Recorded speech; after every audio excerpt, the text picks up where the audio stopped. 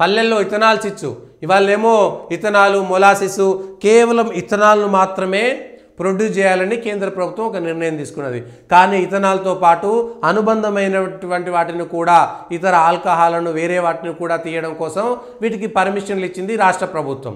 ఇవాళ ఇథనాల్ ఫ్యాక్టరీని మూసివేయడం టీఆర్ఎస్ తమ గొప్పగా అంటుంది, కానీ దాన్ని స్థాపించింది వాళ్ళే, దాన్ని తీసుకొచ్చింది వాళ్ళే, దాన్ని గొప్పగా ఆ రోజు ప్రకటించుకున్నది కూడా మీరే. ఆ రోజు happy that 3 MOUs have been signed set up ethanol plants in Korutla Vemulawada అనేటువంటి మాట ఐ థ్యాంక్ ఏంది Dhatri bio Bhuvi bio and Deccan Agrochem ఇవన్నీ కూడా coming forward win win in terms of helping farmers and local youth అనేటువంటి మాట చెప్పింది కూడా కేటీఆర్ గారే.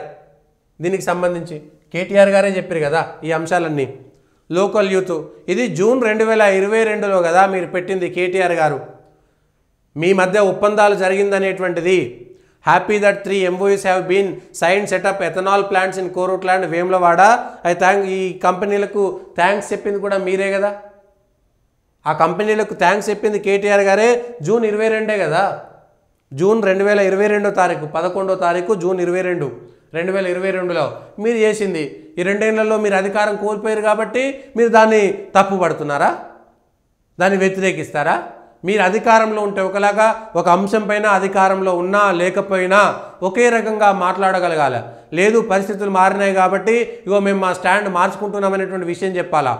ఈరోజు మీరు భూసేకరణకు వ్యతిరేకిస్తే, ఈరోజు ఇథనాలకు వ్యతిరేకిస్తే, రేపు పొద్దుగాల మీరు అధికారంలోకి వస్తే వీటిపైన మీరు మాట మారుస్తారా, మార్చరా? ఇవాళ ఇదే ఇథనాల్ కంపెనీకి సంబంధించి దీంట్లో తలసాని శ్రీనివాస్ యాదవ్ నా కొడుకు లేడు, నా కొడుకు రాజీనామా చేసిండని చెప్పారు. కానీ అదే తలసాని శ్రీనివాస్ యాదవ్ వియ్యంకుడిదే ఇవాళ దిలావర్పూర్లో ఉన్నటువంటి కంపెనీయా కాదా? నిర్మల్లో పెట్టినటువంటి కంపెనీ తలసాని శ్రీనివాస్ యాదవ్ వియ్యంకుడు, ఆంధ్రాకు సంబంధించినటువంటి తెలుగుదేశం ఎమ్మెల్యే. ఆయనే గతంలో టీటీడీ బోర్డు మెంబర్గా కూడా ఉన్నాడు. ఆయన వియ్యంపుడిదే కదా, ఆయన వియ్యంపుడే ఇవాళ దిలావర్పూర్లో పెట్టిండు. వాళ్ళ వియ్యంపుడు కొడుకు అందులో భాగస్వామి, ఆయనే పెట్టిండు. దానికోసమే మీరు అప్పటికప్పుడు చేసిరు అవన్నీ కూడా. నిజమా కాదా ప్రూవ్ చేయాలి. తలసాని శ్రీనివాస్ యాదవ్ కొడుకు అందులో ముందు ఒక డైరెక్టర్గా ఉన్నాడు, తర్వాత రాజీనామా చేసిండు. కానీ ఆ కంపెనీ అయితే ఆయన వియ్యంపుడుదా కాదా? ఆయన వియ్యంపుడిదే. మీరు అధికారంలో ఉన్నప్పుడు మీ వియ్యంపుడు అంటే వాళ్ళు తెలుగుదేశంలో ఉన్న, కాంగ్రెస్లో ఉన్న, టీఆర్ఎస్లో ఉన్న ఈ నాయకులంతా ఒకటే. వాళ్ళకు సంబంధించినటువంటి చుట్టరికాలలో ఎక్కడైనా సరే వాళ్ళకి అన్ని అవకాశాలు దొరుకుతాయనడానికి మరొక ఉదాహరణ ఇదంతా. ఎవరు అధికారం ఉంటే వాళ్ళు వాళ్ళ కుటుంబ సభ్యుల కోసం, వాళ్ళ వియ్యంకుల కోసం, వాళ్ళ దేనికోసమైనా చేస్తారు.